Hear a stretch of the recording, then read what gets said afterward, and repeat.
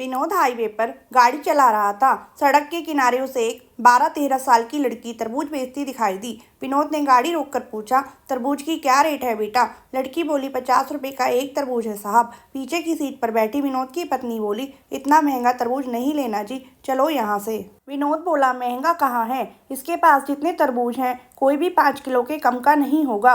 50 रुपए का एक दे रही है तो 10 रुपए किलो पड़ेगा हमें। बाजार से तो तू 20 रुपए किलो भी ले आती है। विनोद की पत्नी ने कहा, तुम रुको, मुझे मोल भाव करने दो। फिर वह लड़की से बोली, 30 रुपए का एक देना है तो दो, वरना रहने दो। लड़की बोली, 40 रुपए का एक तरबूज तो मैं खरीद कर लाती हूँ आंटी, आप 45 रुपए का एक ले लो, इससे सस्ता मैं नहीं दे पाऊंगी। विनोद की पत्नी बोली, झूठ मत बोलो बेटा, सही रेट लगाओ, देखो ये तुम्हारा छोटा भाई है ना, इसी के लिए थोड़ा सस्ता कर दो। उसने खिड़की से झांक रहे अपने 4 वर्षीय बेटे की तरफ इशारा करते हुए कहा।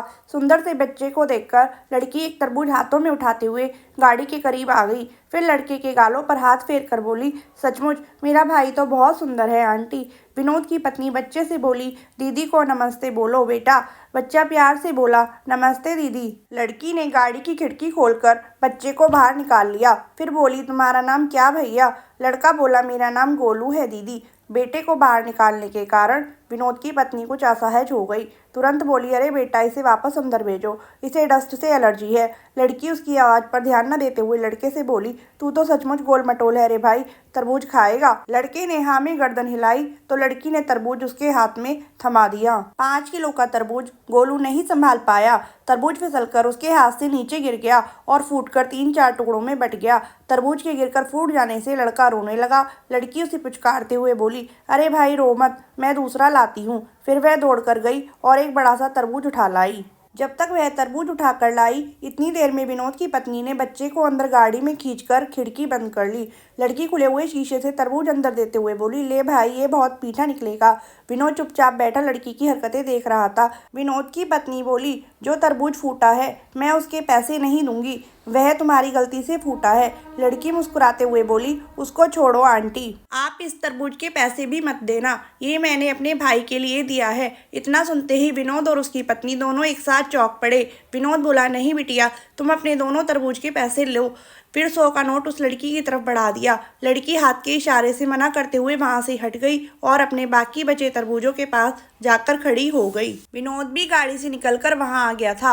आते ही बोला, पैसे ले लो बेटा, वरना तुम्हारा बहुत बड़ा नुकसान हो जाएगा। लड़की बोली, माँ कहती है जब बात रिश्तों की हो तो नफा नुकसान नहीं देखा जाता। आपने गोलू को मेरा भाई बताया, मुझे बहुत अच्छा लगा। मेरा भी एक छोटा सा भाई था मगर। विनोद बोला, क्या हुआ तुम्हारे भाई को? वह बोली, जब वह 2 साल का था तब उसे रात में बुखार हुआ था। सुबह माँ हॉस्पिटल में ले जा पाती, उससे पहले ही उसने दम तोड़ दिया था। मुझे मेरे भाई की बहुत याद आती है। उससे 1 साल पहले पापा भी ऐसे ही हमें छोड़कर गुजर गए थे। विनोद की पत्नी बोली, ले बिटिया, अपने पैसे ले ले। लड़की बोली, पैसे नहीं लूंगी आंटी। विनोद की पत्नी गाड़ी में गई, फिर अपने बैग से एक पाजेब की जोड़ी निकाली जो उसने हमारी 8 वर्षीय बेटी के लिए आज ही 3000 में खरीदी थी। लड़की को देते हुए बोली, तुमने गोलू को भाई माना तो मैं तुम्हारी माँ जैसी हुई ना, अब तो ये लेने से मना नहीं कर सकती। लड़की ने हाथ नहीं बढ़ाया तो उसने जबरदस्ती लड़की की गोद में पाजेब रखते हुए कहा, रख ले, जब भी पहनेगी तुझे हम सबकी याद आएगी। इतना कहकर वह वापस गाड़ी में जाकर बैठ गई। फिर विनोद ने गाड़ी स्टार्ट की और लड़की को बाय बोलते हुए वे चल पड़े। विनोद गाड़ी चलाते हुए सोच रहा था कि भावुकता भी क्या चीज़ है।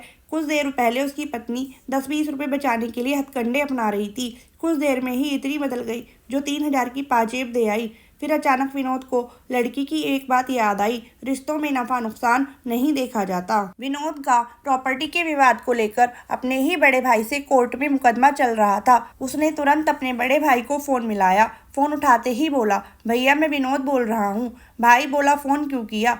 विनोद बोला, भैया आप वो मेन मार्केट वाली दुकान ले लो, मेरे लिए मंडी वाली छोड़ दो, और वो बड़े वाला प्लॉट भी आप ले लो, मैं छोटे वाला ले लूँगा। मैं कल ही मुकदमा वापस ले रहा हूँ। सामने से काफ़ी देर तक आवाज़ नहीं आई। फिर उसके बड़े भाई ने कहा, इससे तो तुम्हें बहुत नुकसान हो जाएगा छोटे।